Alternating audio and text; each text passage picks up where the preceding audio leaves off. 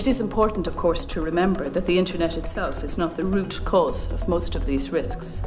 The cruelty, not the conduit. It's not a matter of creating a one-size-fits-all European solution at variance with existing business practices. I do online is being myself. This is where I'm me. This is private.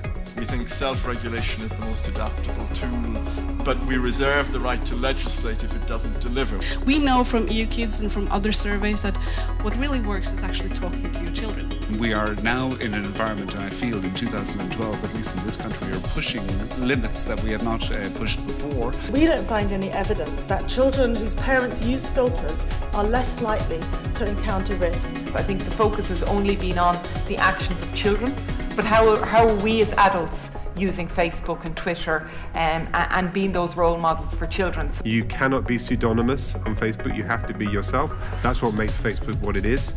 And we have processes that ensure that if somebody reports to us a fake identity, then we will seek to remove that person from Facebook. We only receive a very relatively small percentage of complaints in relation to the online world, and most specifically social networks. So the irony of having to spend so much time auditing Facebook when Irish people don't demonstrate much concern about it, I'm sure certainly wasn't lost on us. I want to pursue the idea of a helpline that Facebook might have, and I'm a bit unconvinced about your argument, Simon. But whatever about what you tell your parents being truthful or not, or how much you tell them, the argument we had earlier on in the morning about whether it's your true self. Is it okay to buy an 18s game for your 10-year-old child? A game that has I don't think it is okay. There's something bizarre about asking young people as they grow up always to be sensible, responsible, worthy and honest and true, as it were. They are playful. You think you're protecting yourself fully on, but you're actually not. So I think it's just better that we should all understand how these things work. I hope to be able to get to know kind of a bit more about where the statistics are taken from, or where you see them on the internet, or where you see them on the news. I would hope that instead of looking at statistics which actually just describe behaviour online, that we should actually look at considering research that might actually look at motivation to engage in the behaviour.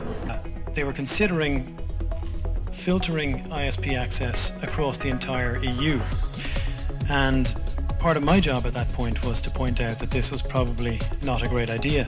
They should not necessarily close off the whole digital arena because they feel there's some dangers there. We have the McKinsey's perfect storm in Ireland. Just to learn that the most interesting use children can have, 15-year-olds can have in the classroom, is to find things in the internet. I mean, this is quite poor. We never built a platform.